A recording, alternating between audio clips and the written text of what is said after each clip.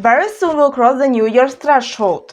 It's a good time to talk about personal boundaries. If you consistently let others use yourself, people will take your "yes, sure, of course" for granted. They will expect to help them. Watch this video until the end and you will know how to protect your own boundaries. How can you tell if your boundaries are being crossed? When someone tries to cross our boundaries, we feel anger. Anger is a sign that we need to pay attention to. Then grab a notebook or some paper, take a pen and write everything down, all the things that make you angry, everything you won't let others to do to you. These are your boundaries. Most importantly, if you set boundaries, you need to protect them from everyone, without exceptions. Yes, some people may say, "Hey, you have changed. What's wrong with you? I thought we are friends." That's because you have become inconvenient for them, and they can no longer use you. Your real friends will understand your no and respect it, while manipulators will try to play on your emotions. Make this list a rule. Stand firm with your no. Remember, you'll lose only those who are not your true friends. Only those who take advantage of you inevitably to say no, while others will respect you even more. Of course, boundary setting is also a skill that you need to develop. By the way, there are more techniques that may help. First, ask clarifying questions. Instead of giving a direct refusal, you can start asking clarifying questions. Everyone agreed, so you should agree too. Just say yes already. Who exactly agreed? Where did this happen? What exactly did they agree on? The more clarifying questions you ask, the harder it is for manipulator to stay in control. The next method is called the broken record. I really like this one, although it can be a bit annoying. The essence is to repeat your opinion or position despite any pressure.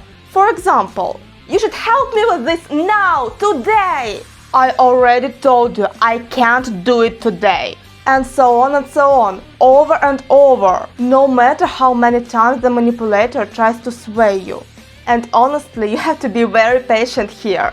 Manipulators can also be persistent and keep knocking the door until someone opens. In this case, don't give in and try to limit contact with this person if it's possible. Next, mirroring questions. This method is effective when the other person goes to extremes or makes generalizations. For example, "Real friends wouldn't do that."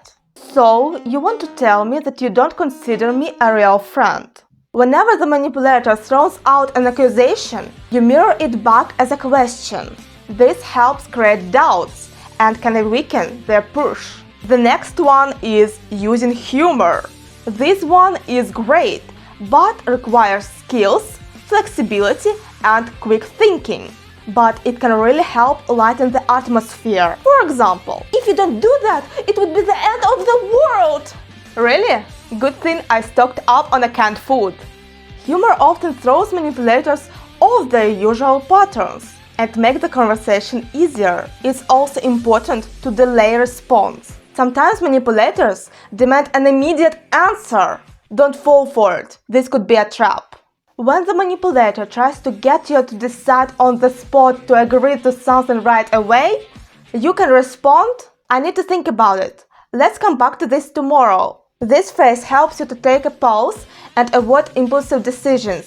Remember, manipulators often count on a quick agreement and may push if they see you hesitating. As a last resort, when nothing else works, you can use the ignore method. This doesn't mean neglecting the person, no! Try to just don't respond to provocations. This can be challenging, but it's possible. If the other person, for example, starts raising their voice, try to stay calm and not react. Calmness often throws manipulators off balance as they rely on your emotions. It's important to understand that you always have the right to refuse without justifying or explaining why. And remember, if you don't protect your boundaries, Sooner or later, you'll get angry. You won't be able to hold back your anger forever, and one day it will become really big. Who needs it? No one. Take care of yourself in the new year, and I'll see you in the next or previous video. Bye bye. See you later.